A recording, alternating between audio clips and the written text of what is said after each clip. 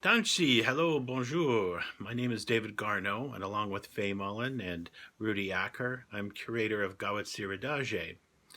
I'd like to talk to you about some of the works at Art Mira. The title of the 5th edition of the Contemporary Native Art Biennale was gifted to BACA 2020 by Ganawage elder Odzidza Kunra and faith keeper Neo Ya Ryan. They explained to Ino Koner Faye Mullen that the phrase evokes the interconnectedness of all things. It describes kinship as a continuous circle and conveys the idea that these relations require our active maintenance. If Kahwatsiretátie were a textile, kinship would be the warp and adaptation its weft.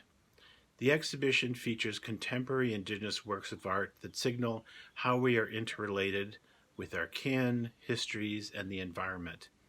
The exhibition also shows our resilience, how we use traditional materials to contend with current experience and retool contemporary technology to meet Indigenous needs. The first floor window display epitomizes these themes. John Corbett is a computer scientist and artist currently doing a PhD at UBCO in the Okanagan. And he indigenizes both the form and content of digital art.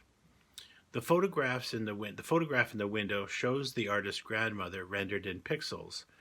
It's nice, Métis genealogical content, but not radically innovative until you look closer and realize that the pixels are not arranged in a grid, but form a spiral.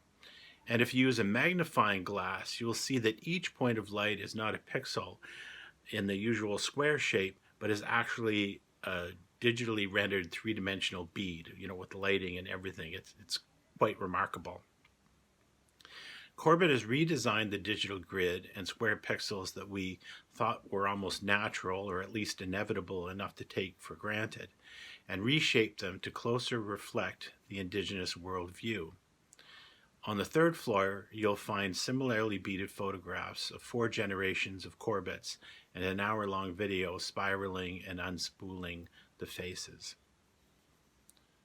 The second object in the window is a jingle dress made by Emma Hassencahl-Perley. So Pawa regalia is a reflection of the trade culture. 19th century regalia incorporated trade beads, European fabrics, and even mirrors. Contemporary outfits feature plastic and other items from around the globe. Indigenous peoples are adaptable. Indigenization is the adopting and repurposing of trade items to suit Indigenous needs. Jingle dress jingles, for example, were originally crafted from tobacco lid tins. Emma Hassencahl-Perley's jingle dress jingles are fashioned from shreds of the Indian Act, the document that continues to regulate and distort the lives of First Nations people. The dress at once displays the act and suggests it might be repurposed, or perhaps the dress, which can be worn, is an attempt to dance the act into reformation. The first jingle dresses appeared as medicine during the 1919 Spanish influenza pandemic. It seems fitting to open this exhibition 101 years later during our own pandemic with this good medicine. So Art Mira has 3 floors. The first features beaded works. There are some paintings, a video, but mostly it's beading. The second floor has sculpture with an emphasis on repurposing animal gifts. The third floor has computer and video art and intercultural dialogues through weaving, photography, and audio art. So some of the most innovative Indigenous beadwork on Turtle Island can be found on the first floor of Art Mira. There's Judy Anderson's This One Brings Me the Most Pride, a beaded goalie helmet that celebrates her second oldest kid and Indigenous queer pride and parental pride. Anderson collaborated with her son, Cruz, on a pair of parfleche bags shown at La Guilde. So the curators, one of our curatorial missions was to sort of decenter the curatorial vision, and that we invited about 20 of the senior artists to invite kin. to show along with them. Some are showing right alongside them, and others are showing in other parts of the exhibition at other centers. But what we were interested in is having people come to us that we wouldn't already know. Often curation is sort of an exercise of preference, things I like, things that I know. And we really want to introduce people that we didn't know, things that people we didn't know. And some of the works are craft and don't really normally wouldn't be found in the art world. And we were so lucky to have those perceptions unsettled. But you'll see every object finds a resonance with its kin. It's in kinship objects, similar objects to them that bring out something that would have been lost if you just saw it at, say, a craft fair or another context rather than an art context. A case in point, I think, is Anderson, along with her son Cruz, invited two of her students to show. So around the corner from her room, her kin, Lucas Hale, offers a beaded skateboard called Skateboard is Medicine, and Devin Drossel offers a beaded apron. It's interesting. It's got a leather moose hide bottom and a fabric top that's beaded, and it suggests this marriage of the European and the indigenous brought together, but also the importance of food as medicine. In the back of the gallery are 12 elaborately beaded objects Karina Wolf found in an abandoned house in Italy. Her Baroque beads swarm the clothing, a ball and chain, a whip, even a gun like lichen. There's an installation of interrelated works by Jobina Pentecoid, natural and manufactured found things decorated by beads and transformed with new meanings. 4 baptismal gowns are beaded, soiled with earth, and hanging from a birch branch. I got the feeling of kind of sinister reminders of Christian Indian residential schools, but perhaps the work is also about native attempts to indigenize Christianity. And sometimes it's not always a clean or easy fit. Skalmanati's art kin, Kaia'tanó Ron Dulamoy in Bush's triptych, also represents found things. There's a painting by her father and a dress by her mother, and it shows us that what binds us to relatives is not only blood, but aesthetic and other affinities. Catherine Boyer's Carry the Horizon With You is a beaded strap supported by two 2x4s at eye level. The object evokes Métis trump lines, which are straps used to lift heavy objects. In this poetic incarnation, the trump line lifts and holds these two beams, one's cedar and one's pine, which also have 2 skin tones, and they come from 2 locations, the West Coast and perhaps the mountains or the prairies. But they're brought together at eye level, and it marks the horizon. The beading is a métissage of Métis and Celtic design, suggesting a hybrid and unique identity, one that brings together and supports new relations and visions. Nearby, Boyer's kin, Jack Thesis, offers beaded portraits of female ancestors. Across from them are more ancestors. Sherry Farrell Reset celebrates women and cultural recovery in her painting Ancestral Women Taking Back Their Dresses. So now let's go to the second floor. So the second floor at Art Muir is dedicated to sculpture, most of which incorporate animal hides and fur. So Indigenous folks are contemporary people. Most of us live in cities and have consumption patterns that are similar to settlers. However, there are many Indigenous artists who continue to revive pre-contact and pre-capitalist modes of life, which are reflected in their art and in their lifestyles. Hunter Cascagnette is a two-spirit trans medicine maker and artist from Anishinaabe Métis community of Honey Harbor, which is across the water from Beau Soleil Island on southern Georgian Bay. They explained that their practice is to, in quotes, preserve hunting and trapping knowledges within their family and community. They're working and walking closely with deer and beaver relatives through maintained relationships with their grandfather's trap line and family hunting grounds, close quote. The numerous works of theirs in this exhibition show the intimate relationship between stewards and their animals.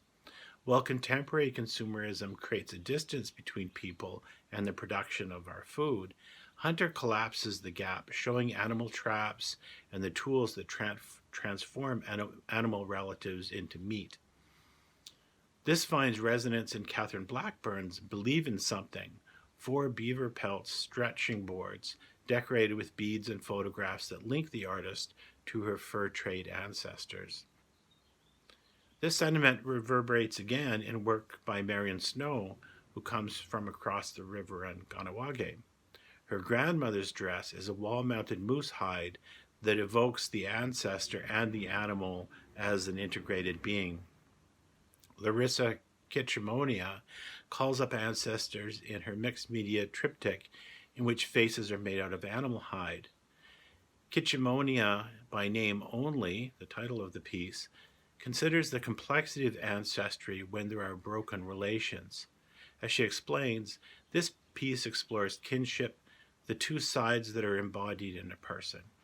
One side of the diptych represents a rich and abundant maternal family history and connection to lineage and family, while contrasting is of a lost parental narrative. The paintings together hope to tell the story of a lot of First Nations people and the effects of colonization. Nadia Meier's Untitled, Study for Country Where Beavers, Deer, Elks, and Beasts Keep, is a huge wampum belt made of oversized ceramic beads. Wampum belts are more than artifacts, they are treaties. They have the same relationship to regular belts as crowns have to hats. The hyperbole of Meier's heavy belt is to indicate the outsized meaning wampum belts have in Indigenous and Canadian histories. So sports are a big deal on the plains, especially hockey. As we saw earlier, Judy Anderson's helmet on the first floor. Kevin McKenzie's sculptures on this floor, the second floor, are indigenized sports equipment. There are hide skates, athletic cups in various ways, and other protective gear, all decorated with horsehair and other items. The works read like masks or modernist sculptures, ritual or mere real things elevated by their special display to the status of artworks. Below the surface, however, is a meditation on Indigenous masculinity, on measuring up. There's also hints of racism on ice, and also how to find the sacred in the sport, how to mix the metaphysical and the secular. So let's go to the third floor. Most of the works on the third floor of Art Meier are digital media, audio, video, and computer art, but the content themes are intergenerational and intercultural relationships. So BACA 2020 was very proud to host Weaving Cultural Identities Threads Through Time. This is part of a multi-part project by the Vancouver Biennale, whose curators describe this work as, in quotes, bringing together Indigenous and Islamic communities in a collaborative exploration of weaving traditions and histories, thereby unpacking questions of cultural belonging, displacement, diaspora, the land, and identity. I thought it was very important to not exclude other than Indigenous people, so-called settler folks.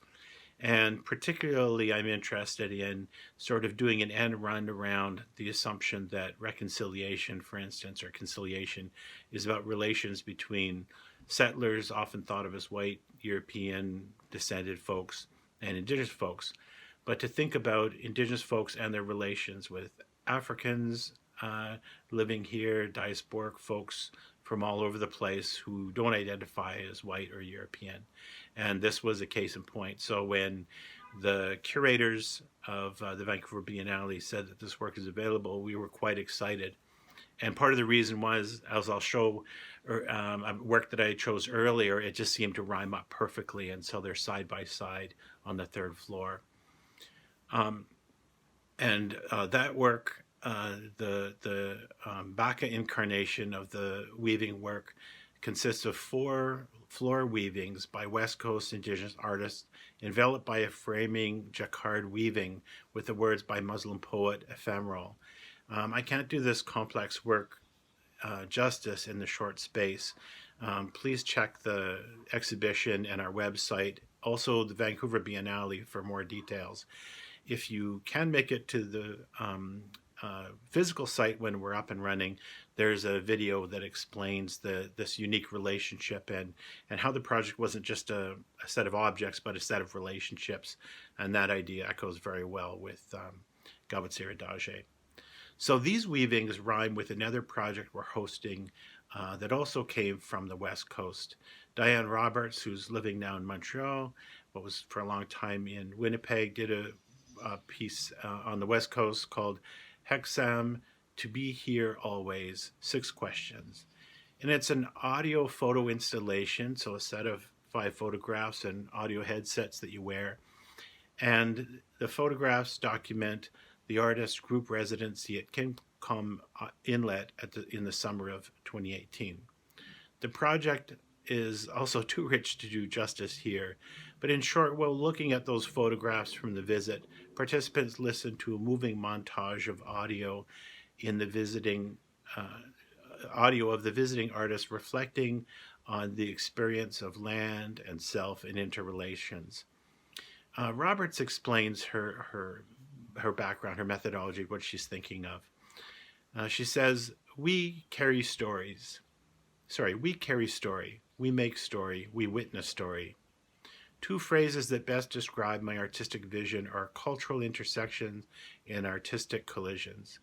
My interest in exploring authentic cross-cultural collaborations has inspired a unique creation process that tackles the themes of social responsibility and cultural appropriateness without sacrificing spontaneity and aesthetic values.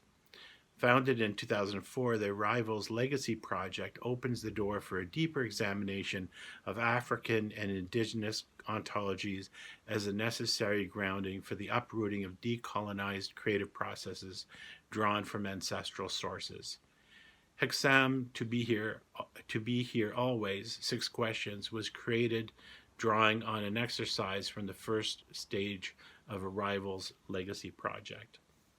I've worked with her at a Bounce Center project some time ago, Primary Colors, and these words aren't doing it any justice because it's very much an embodied practice. And I was worried that this version where you put on headsets and listen wouldn't work so well.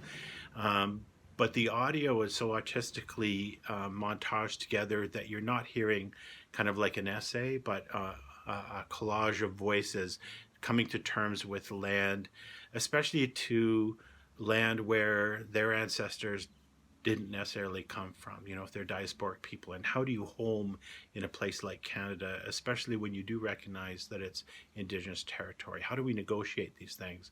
So this is a very rich project. Nearly all of the artists in this exhibition have mixed heritage, and certainly all of us are bi or multicultural. Jason Edward Lewis identifies as Cherokee, Hawaiian, Samoan, and now is living in Montreal.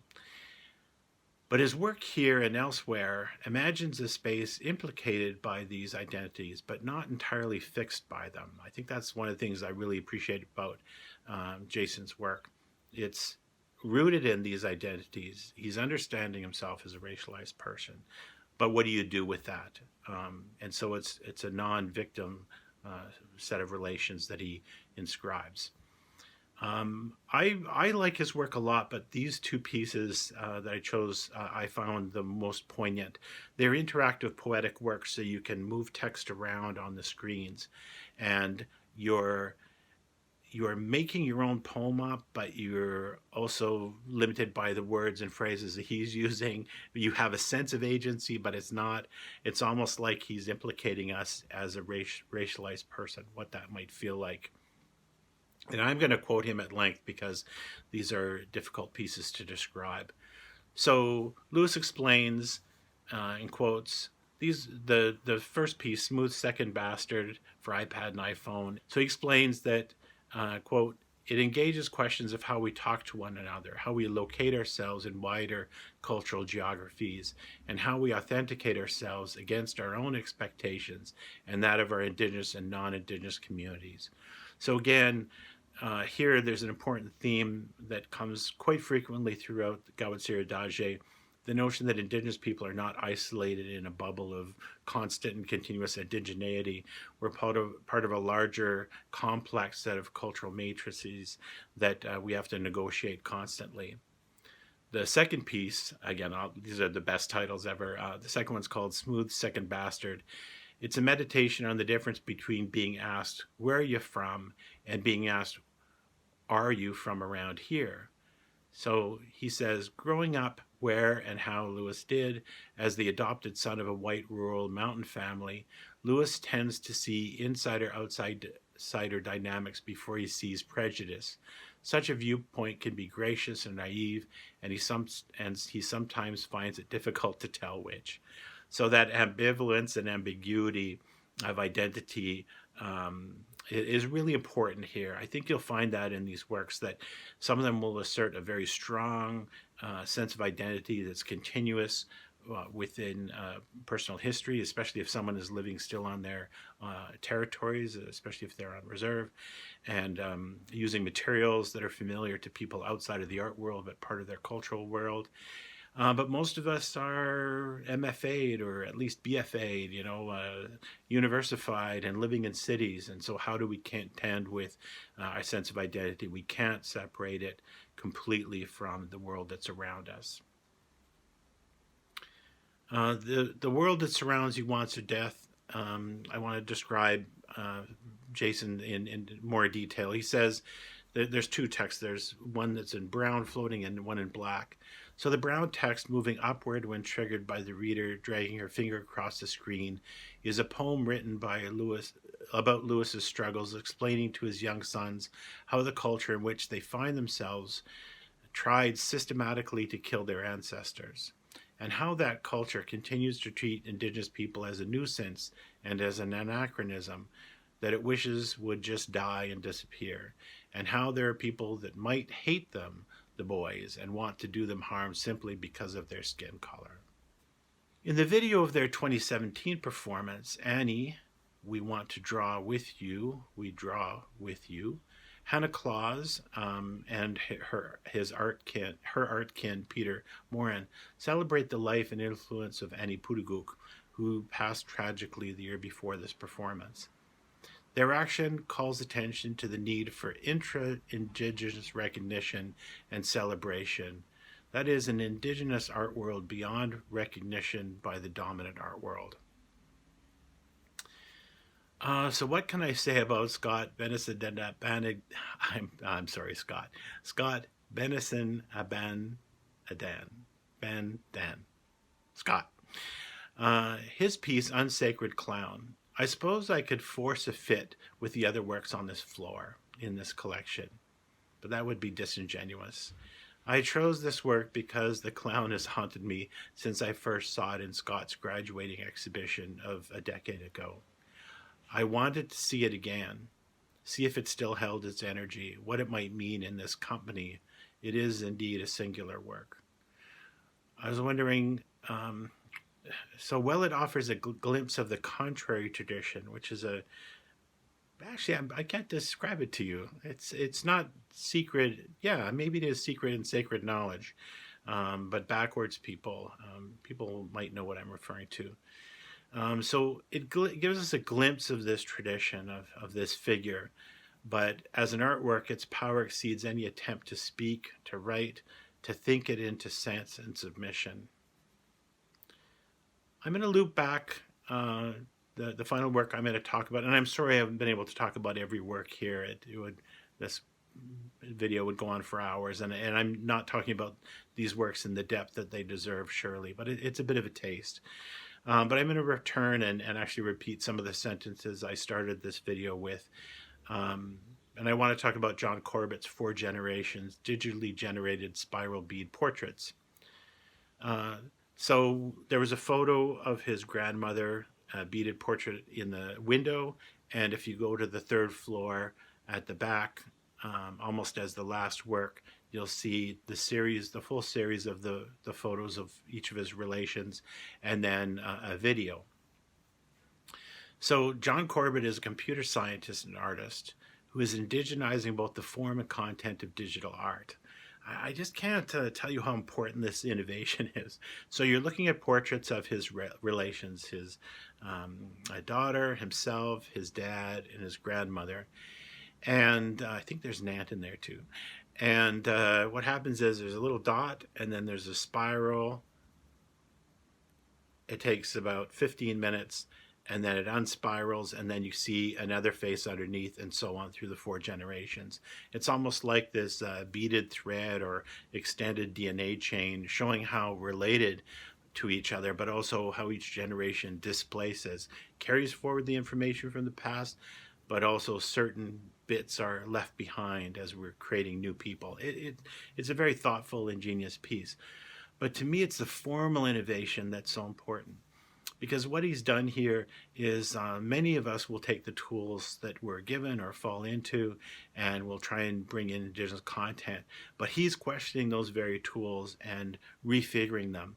So it's not only of symbolic importance, but actually the change refigures it. So instead of having this grid, which I identify with the colonial mapping that gridded out the prairies particularly, the grids are cities, the grids are buildings, and instead he's using Indigenous notion of the circle or the spiral, which we see in a teepee formation or medicine wheel, and certainly all the philosophies that go with Indigenous thinking. He takes that and says, I've got to refigure the digital universe, and creates this spiral or circular rather than grid effect. And he doesn't stop there. He goes down to the very pixels, and his pixels, instead of being squares, are beads. You have to look with a magnifying glass and see that each one is rendered as a 3D bead. This is extraordinary and certainly a huge innovation. And then he's able to do the content and the form and indigenize it, I think is a remarkable feat.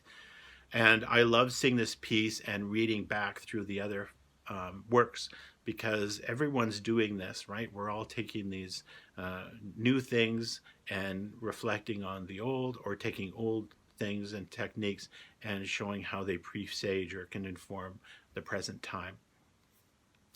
Well, as you can see, I get excited about this artwork, and I'm going to stop here.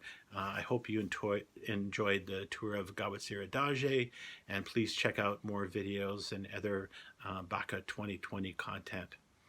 Thank you.